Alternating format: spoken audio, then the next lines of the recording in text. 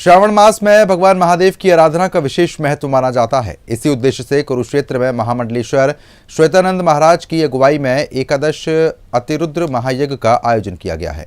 आपको बता दें कि इस धार्मिक आयोजन में बड़ी संख्या में श्रद्धालु पहुंचकर भगवान शिव की आराधना और यज्ञ में सहभागिता कर रहे हैं। महायज्ञ की खास बात यह है कि इसमें 333 ब्रह्मचारी एक महीने तक अतिरुद्र का महापाठ करते हैं।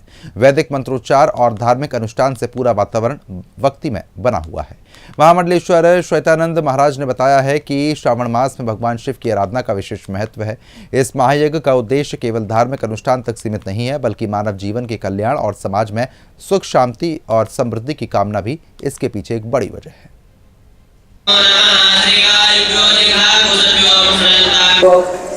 श्रावण मास में भगवान महादेव को प्रसन्न करने के अनेकों तरह से महायज्ञ और पूजन किए जाते हैं।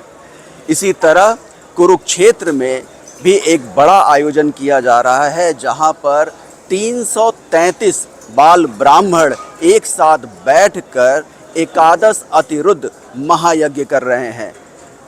इसका मकसद क्या है और इस महायज्ञ को करने की क्या विधि है, इसी को जानने के लिए हमारे साथ यहाँ पर क्या नाम होगा आपका?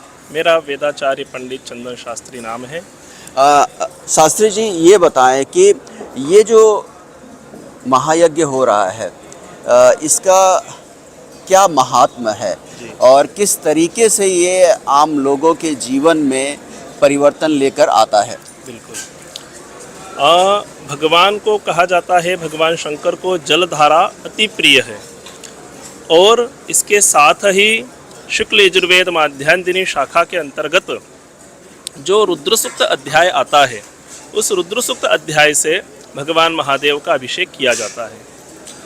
तो जो रुद्र सूक्त अध्याय है, जिसमें 66 मंत्र होते हैं, इन 66 मंत्रों के द्वारा रुद्राभिषेक किया जाता है।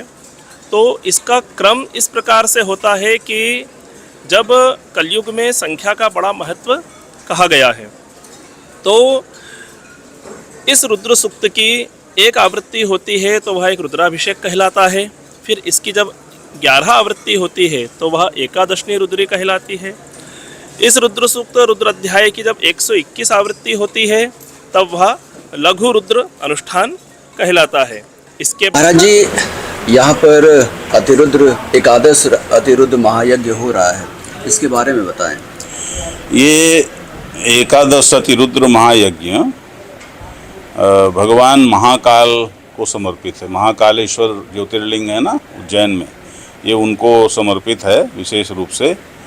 और ये इसलिए उनको समर्पित है कि महाकालेश्वर का एक विशेष मंत्र है।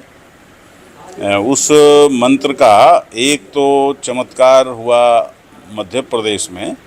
वहाँ उस समय मेरे साथ डॉक्टर उमेश नागरकट्टे जी थे, जो अमेरिका में न्यूयॉर्क विश्वविद्यालय में गणित विभाग के अध्यक्ष रहे हैं। वो रिटायर होके यहाँ आए थे, तो वो मेरे साथ थे। तो वहाँ एक बच्चे को डॉक्टरों ने तो बिल्कुल घोषित कर दिया कि इसमें कुछ नहीं है, लेकिन फिर हम सब लोगों ने एक उसका जप किया तो 10 मिनट में खबर आ गई कि बिल्कुल ठीक है। फिर इसके बाद कोरोना आया, तो कोरोना ने उन्हीं उमेश नागरकट्टे जी ने मुझसे पूछ करके कई लोगों को वो मंत्र प्रदान किया और मैंने भी दिया, तो उस 100% रिजल्ट रहे। सबसे फिर बड़ी बात ये हुई कि जब मैंने यहाँ 108 दिवसीय भागवत की थी, तो उसमें 72 दिन के बाद मेरी एकदम तबीयत ख़राब हो गई और फिर एक औषधि कुछ उल्टी होने से एकदम किडनी फेल हो गई। मुझे डायलिसिस में जाना पड़ा और डायलिसिस करा के मैंने किसी तरह से 108 दिन पूरे किए। और उसके बाद फिर भगवान की कृपा से किडनी के डोनर 3 आ गए, तो उनमें से एक की फिट हो गई, तो मैंने किडनी ट्रांसप्लांट करा लिया।